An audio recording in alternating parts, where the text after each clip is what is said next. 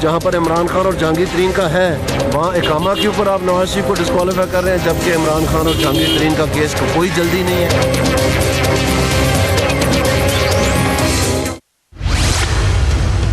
Supreme court ने शरीफ खानदान की नैब रेफरेंसेस यकजा करने की दूसरी अपील भी मुस्तरद कर दी। जब 1.5 माह में आपने हर रेफरेंस का जवाब देना है तो इतनी उजरत क्यों? साबिक वज़ीर आज़म नवाज शरीफ का लहजा अदालतों के लिए तल्ख से तल्ख तर होता जा रहा है। साबिक वज़ीर आज़म के फैसले लिखवाने वाली बात में किसकी जानिब इशारा है? ये सजा दिलवाई जा रही है। मुस्लिम लीग नून की अदालतों से महाजाराई कहां तक जा सकती है? पूछेंगे रहनुमा मुस्लिम लीग नून राना अरशद से, रहनुमा तहरीक इंसाफ इमरान इस्माइल से और माहिर कानून आफ्ताब बाजवा से।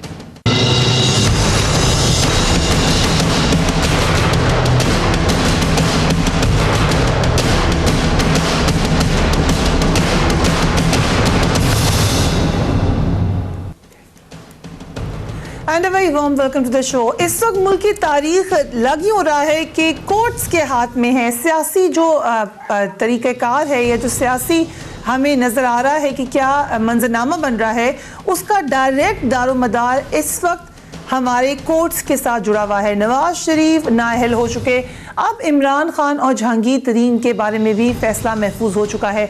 इन दोनों के सियासी मुस्तकबिल भी अब कोर्ट के फैसले के ऊपर उसका इन्हिसार है। कंपैरिजन पहले भी होता रहा, अब खुलकर किया जा रहा है। दूसरी तरफ हम देख रहे हैं कि PMLN और नवाज शरीफ साहब के कैंप में गुस्सा जो है वो भी ख़ास तौर पे अदालतों के ख़िलाफ़ वो बढ़ता चला जा रहा है। जो दर्जा हरारत है वो हमें मज़ीद तेज़ होने की भी ख़बरें हैं आइंदा दिनों में। आज हमने देखा कि नवाज शरीफ साहब की जो अपील थी वो फिर रिजेक्ट हो गई। अभी तक नवाज शरीफ साहब को कोर्ट में कहाँ पर नाकामी का सामना हुआ है, लेट्स हैव अ लुक। इससे कबल साबिक वज़ीर आज़म ने तीनों रेफरेंसेस को यकजा करने से मुतालिक सुप्रीम कोर्ट में पहले भी एक दरख्वास्त दी थी। नवाज शरीफ ने दरख्वास्त में अदालत से नैब को रेफरेंसेस अलग अलग चलाने के बजाय उन्हें यकजा करने के लिए इस्तदा की थी। दरख्वास्त में ये मौक़िफ़ अपनाया गया था कि एक ही इल्ज़ाम पर 3 रेफरेंसेस दायर करना गैर आइनी और दरख्वास्त गुजार के बुनियादी हकूक़ के ख़िलाफ़ है। सुप्रीम कोर्ट के रजिस्ट्रार ऑफिस ने इस अपील पर भी इतराज़ात उठा दिए थे जिनके खिलाफ नवाज शरीफ ने दरख्वास्त दायर की थी, जबकि एहतसाब अदालत पहले ही शरीफ ख़ानदान के खिलाफ तीनों नैब रेफरेंसेस को यकजा करने की दरख्वास्त मुस्तरद कर चुकी है। साबिक वज़ीर आज़म नवाज शरीफ अब जो हमें नज़र आ रहे हैं वो खुलकर अदालतों के खिलाफ बात करते हुए नज़र आ रहे हैं। पहले ये कहा जा रहा था कि मरियम नवाज शरीफ साहिबा का लहजा सख्त है और शायद 2 कैंप्स हैं PMLN में, मगर अगर लीड कर रहे हैं नवाज शरीफ PMLN को, तो PMLN का अदालतों के बारे में मौक़िफ़ नवाज शरीफ की ज़बानी सुनिए। Let's watch it. वो एक फैसला नहीं था, वो एक पैगाम था। नैब अदालत को एक पैगाम था कि नवाज शरीफ को हर कीमत पर सजा देनी है। ये आप उसके अल्फाज देखें जो इस्तेमाल किए गए उस फैसले में, वो ऐसे ही अल्फाज थे जैसे कि हमारे मुखालिफिन, सियासी मुखालिफिन हमारे ख़िलाफ़ इस्तेमाल करते हैं, वही ज़ुबान। ये सज़ा जज सज़ा दे जो है वो नहीं देगा, ये सज़ा दिलवाई जा रही है। ये आप नोट कर लें ये बात मेरी, और मैं ये बात 1999 में भी कहता था। ये है आज के नवाज शरीफ, मगर माजी में जब साबिक वज़ीर आज़म यूसुफ रज़ा गिलानी के खिलाफ सुप्रीम कोर्ट ने फैसला दिया और पीपल्स पार्टी की जानिब से अदालती फैसले पर तनकीद हुई, उस वक्त के नवाज शरीफ क्या कहते थे, लेट्स वॉच दैट। हम पाकिस्तान में ये जंगल का कानून नहीं बनने देंगे। ये बस्ती है इंसानों की, ये हैवानों की बस्ती नहीं है, इंसानों की है। और यहाँ ज़ाब्ते हैं, असूल हैं, कुछ कानून हैं, आइन है। हम इन आइन को, कानून को कदमों के नीचे रौंदने नहीं देंगे किसी को। ये पाकिस्तान के इदारों को तहफ़्फ़ुज़ देने की जंग है, सुप्रीम कोर्ट को बचाने की जंग है। इसी सुप्रीम कोर्ट को जिसने आपने बहाल कराया था, जिसको आपने बहाल कराया था, क्या आप उसकी तहफ़्फ़ुज़ के लिए फिर आप लॉन्ग मार्च करने के लिए तैयार हैं? लातों के भूत बातों से नहीं मानते। साबिक वज़ीर आज़म जब अदालत में पेश होते हैं तो उनके साथ बहुत सारे उनके साथी भी पेश होते हैं जिस पर अपोजिशन तनकीद करी है, ख़ासतौर पर गवर्नमेंट मिनिस्टर्स और गवर्नमेंट को रिप्रेजेंटेटिव्स के पेश होने के ऊपर बार बार तनकीद हो रही है कि क्या प्रेशराइज करने की कोशिश की जा रही है इदारों को, जिसके जवाब में PMLN का मौक़िफ़ ये है कि ये उनका साथ देने के लिए मौजूद हैं। यहाँ तक कि जहाँ भी आप देखिए even at the highest level prime minister of Pakistan भी यही कहते हैं कि वो अब भी यही समझते हैं कि नवाज शरीफ उनके प्राइम मिनिस्टर हैं, जबकि अदलिया ने उनको नाअहल करार दिया है। माजी में नवाज शरीफ साहब पीपल्स पार्टी को इस हवाले से क्या एडवाइस करते रहे? Let's watch that. हुकूमत की जो इत्तेहादी पार्टीज उनका अपना क्या किरदार है? वो आज किस लिए वज़ीर आज़म के साथ मिलकर सुप्रीम कोर्ट में गए थे? उनके बड़े बड़े लीडर किस लिए गए थे? वो सुप्रीम कोर्ट से जो यकजहती के इजहार के लिए या लूटे हुए माल के साथ खड़े होने के लिए गए थे, या एक लूट मार के लिए जो है वो उसके हक में गए थे? मैं समझता हूँ उनको भी अपने किरदार के बारे में सोचना। आज वो कौम उनसे पूछे कि आप क्यों साथ गए, तो वो क्या कहेंगे कि जनाब क्योंकि इस हुकूमत ने पाकिस्तान जो पाकिस्तान के सदर हैं उन पे ये इल्ज़ाम है कि उन्होंने पाकिस्तान का माल लूटा है, तो हम उसकी उनका साथ देने के लिए वहाँ पे गए थे। इस पे बात करेंगे। I start with you Rana साहब कि आज क्यों जा रहे हैं ये तमाम लोग नवाज शरीफ साहब के साथ? नवाज शरीफ साहब कह रहे थे कि कल को पीपल्स पार्टी के रहनुमाओं से कोई पूछे कि ये लोग क्यों तशरीफ ला रहे हैं। जी बिस्मिल्लाहिर्रहमानिर्रहीम, मैं आपका इंतहाई मशकूर हूँ, लेकिन मैं ये अर्ज करना चाहता हूँ कि पाकिस्तान की आला तरीन अदलिया के ऑनरेबल जजेस ने जो फैसला स्विस बैंक के लिए डायरेक्शन जारी की थी, वो 6 अरब डॉलर का मामला था, वो करप्शन का मामला था, वो केस को नया नहीं था, पुराना केस था।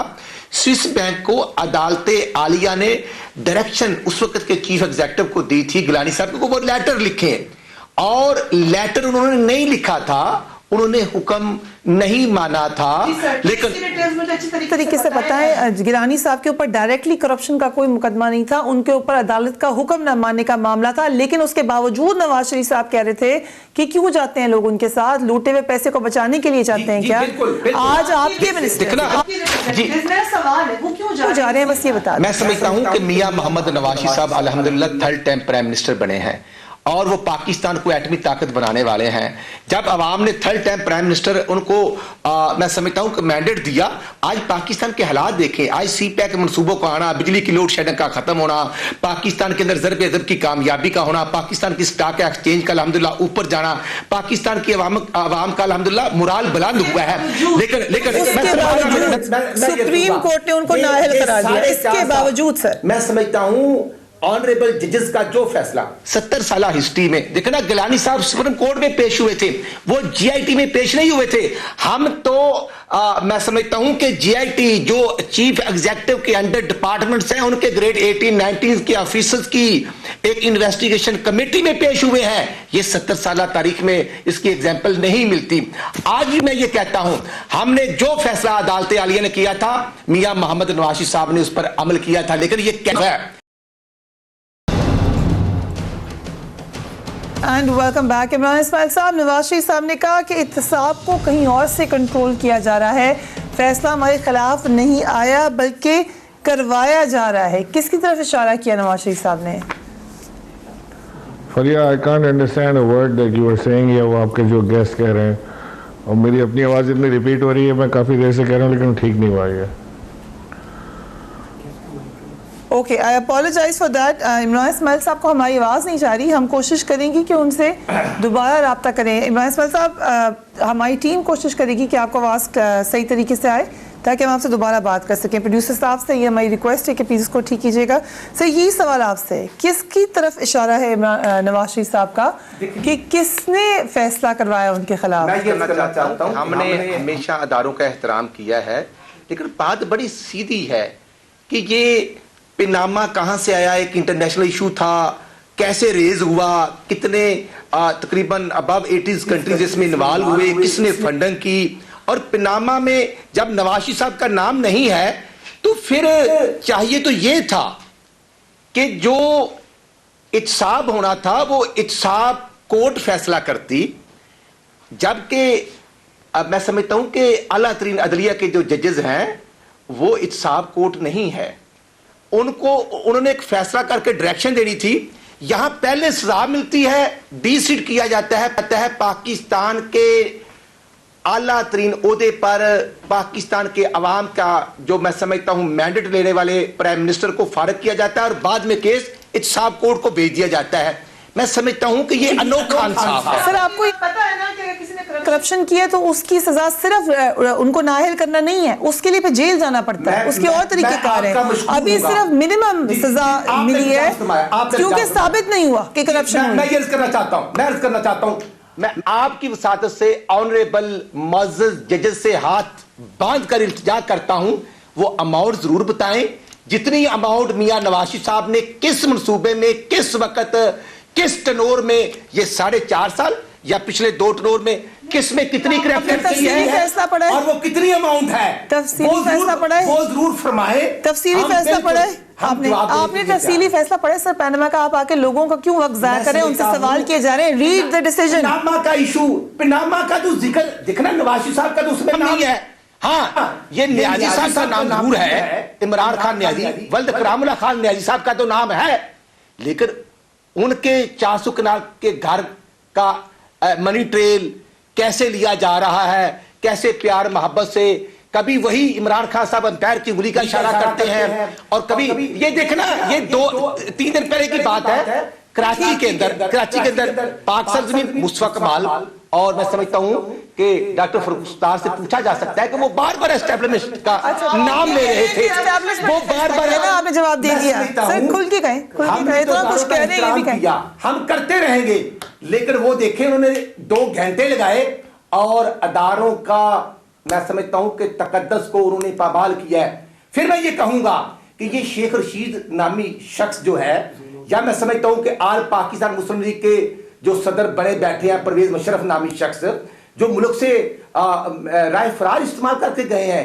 अदालतें बुला रही हैं, वो नहीं आ रहे, लेकिन मैं समझता हूं यह अनोखा इंसाफ नहीं होना चाहिए।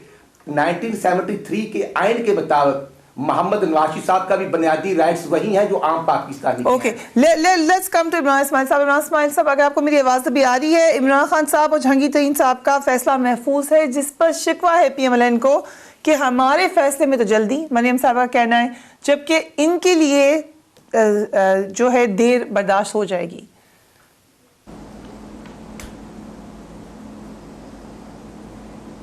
इमरान इस्माइल साहब, if you can hear me.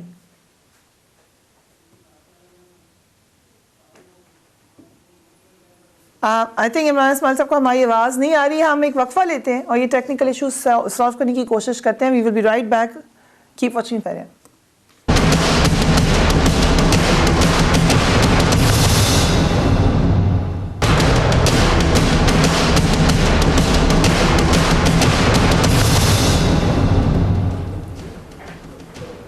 And welcome back. Imran Ismail साहब, आई होप कि अब आपको मेरी आवाज़ आ रही हो। फैसला नवाज शरीफ साहब का आ चुका पैनामा केस के हवाले से, अब इन्वेस्टिगेशन हो रही है, मगर वो मुसलसल नाराज़ हैं।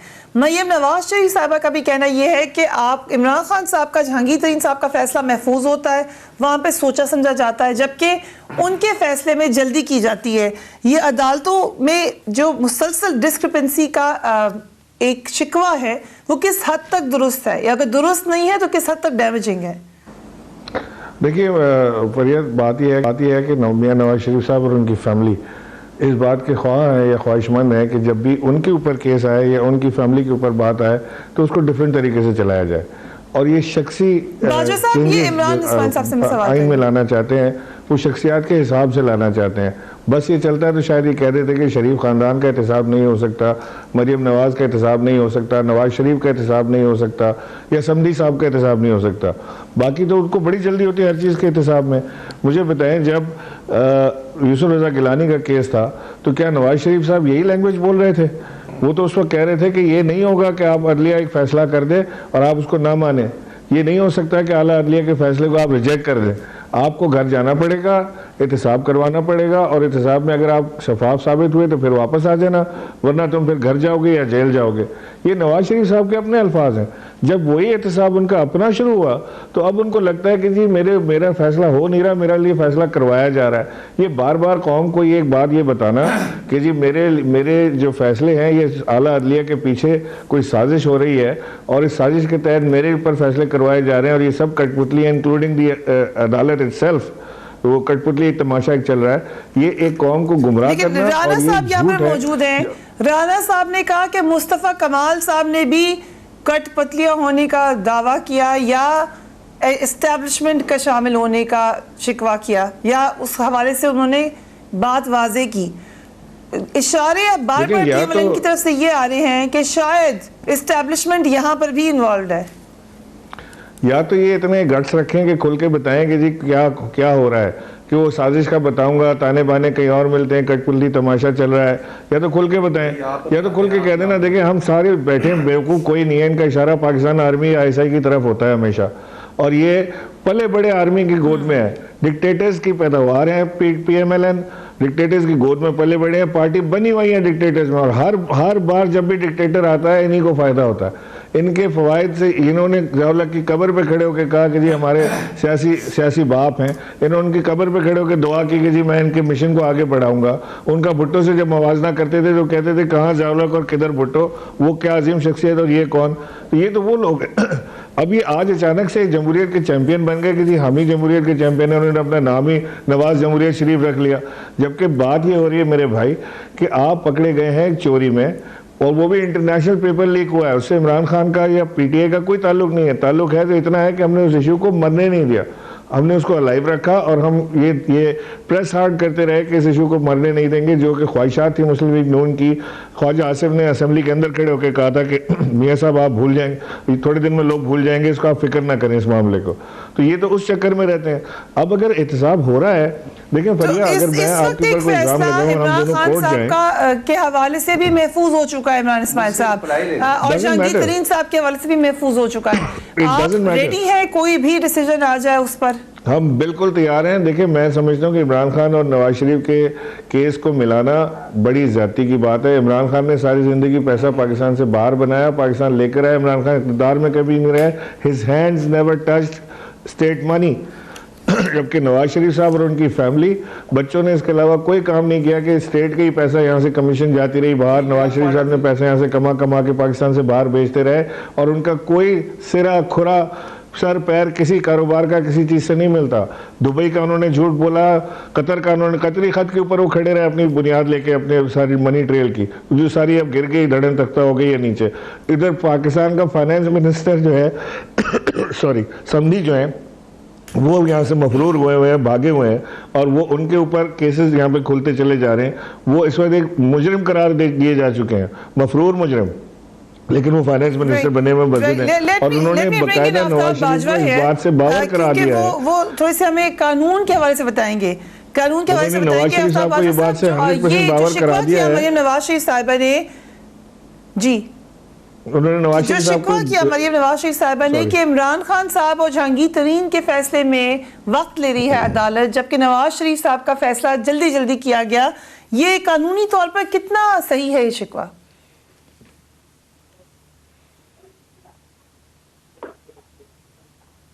वक्त दिया गया, केस चला, पनामा केस कब से चल रहा है, साल हो गया है। उसके बाद उनको टाइम दिया गया, फिर इन्वेस्टिगेशन का टाइम दिया गया, फिर JIT बनी। JIT में इन्होंने मिठाइयाँ बांटी, ये समझ रहे थे कि JIT को ये कंट्रोल कर देंगे। JIT में मिठाइयाँ बांट रहे थे। आफ्ताब बाजवा साहब से भी यही सवाल करना चाह रही हूँ, he will give us some neutral opinion also, या एटलीस्ट कानूनी तौर पे हमें बताएंगे। आफ्ताब बाजवा साहब, आपको मेरी आवाज आ रही है? हमारी आवाज नहीं जा रही जी। मैं ये करना चाहता हूँ, ये कितने भोले भाले हैं, ये भूल गए हैं कि इमरान नियाजी वल्द इकरामुल्लाह खान नियाजी जो है वो मौजूद है ऑफशोर कंपनी का, यहां पर उसको इल्म ना हुआ, और जाकर ससुरालियों के शहर में फिर उसने जिक्र खैर किया कि मैंने 1984 में बनाई थी। और कितने इंसाफ कैसा है कि जो नैब मियां नवाज शरीफ के लिए और शरीफ फैमिली के लिए 12 अक्टूबर 1999 को बना, उनको नहीं पता चला, वो 10 साल एहतसाब करते रहे और शरीफ फैमिली का 5 दफा एहतसाब हो चुका है। भाई इत्तेफाक फाउंड्री 1936 में बनी थी, जुल्फकार अली भट्टो साहब ने इत्तेफाक फाउंड्री पर कब्जा किया, उस वक्त तो शरीफ फैमिली सियासत में नहीं थी। आज ये बात है 1986 में ये न्याजी साहब मियां नवाज साहब चीफ मिनिस्टर थे तो उनको दरखास्त लिख के देते हैं कि मेरे पास घर नहीं है, मुझे प्लाट दें। ये 1986 की बात है और उसकी ऑफशोर 1984 की है। इससे बड़ा झूठा इंटरनेशनल कोई और हो नहीं सकता। अब न्याजी साहब 400 कनाल के घर की मनी ट्रेल नहीं देंगे। अब वो बताएं और ये कहना चाहते हैं डिक्टेटर। भाई जब जीआईटी बनी, स्पेशल लोगों को जो 12 अक्टूबर 1999 के बाद हमारे मुखालिफ थे उनको लगाया गया। ये कैसा इंसाफ है? 450 ऑफशोर कंपनी के किसी को बुलाया नहीं गया। नवाज शरीफ साहब का नाम नहीं है ऑफशोर में और एहतसाब कोर्ट को केस अब रेफर होता है। मैं समझता हूं कि ऐसे तो सियासी जो अपोजिट होते हैं वो भी खिताब नहीं देते। हमें तो अदालत का फैसला आने से पहले ही फादर कहा गया। मैं तो हाथ बांधकर मिन्नत करता हूं, आईने पाकिस्तान के रखवालों की जजेस हमारे लिए काबिल एहतराम है, लेकिन उनको इंसाफ करना होगा, उनको एहतसाब सबका करना होगा। लेकिन ये कैसा एहतसाब है कि डॉक्टर आसम 470 रुपए में घूम फिर रहा है, उसको कौन नहीं पूछ रहा। अच्छा राना साहब 6 रुपए लूटा गया कौमी तौर पर। ओके राना साहब एक मिनट ओके राना साहब एक मिनट दूसरे लोगों से भी बात करने दें। आफ्ताब बाजवा साहब अगर आपको मेरी आवाज आ रही है, पीएमएलएन का ये शिकवा किस हद तक दुरुस्त है कि उनको इंसाफ नहीं मिल रहा?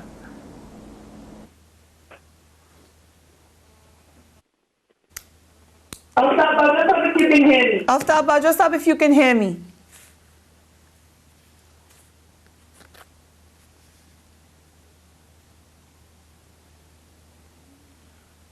बाजा साहब आप बात करें मगर मच के आंसू हमने क्या बहाने हैं? आप कानून के रखवाले बने हैं, अलग बे का इल्म नहीं होता आपको। बताना चाहता हूँ जब रूल ऑफ लॉ की तहरीक वकीलों ने चलाई तो आप लोग यहाँ मुल्क में आए, बेनजीर मुल्क में आई। आप लोग हमारी वजह से, वकला की वजह से इस मुल्क में आए थे। क्या आपको वकला यही वही जजेस हैं जिन्होंने गिलानी के खिलाफ फैसला दिया था? वही आसफ जस्टिस आसुद्दीन खोसा, ये वही जाज अफजल, यही जस्टिस वही गुलजार अहमद जिन्होंने फैसला दिया था। सॉरी मैडम, मैं गुफ्तगू नहीं करना चाहता, मैं भी चाहता हूँ ऐसे शख्सों को जब बुलाते हो, ऐसे लोगों को बुलाते हो, मुझे लाइन पे ना लिया करो। ये शख्स बात ही नहीं करने के काबिल। आफ्ताब बाजवा साहब को बात करें दें। जी आफ्ताब बाजवा साहब, आफ्ताब बाजवा साहब ने लाइन ड्रॉप कर दिया। उनका हम मौक़िफ़ सुनना चाहे थे कि वो क्या कर रहे हैं, मगर उन्होंने अपनी लाइन ड्रॉप कर दी है। राना साहब उनकी बात तो सुन लेते हैं, आप तो उनको बात ही नहीं करने दी है। मैं माज़रत चाहती हूं, वो अपना मौक़िफ़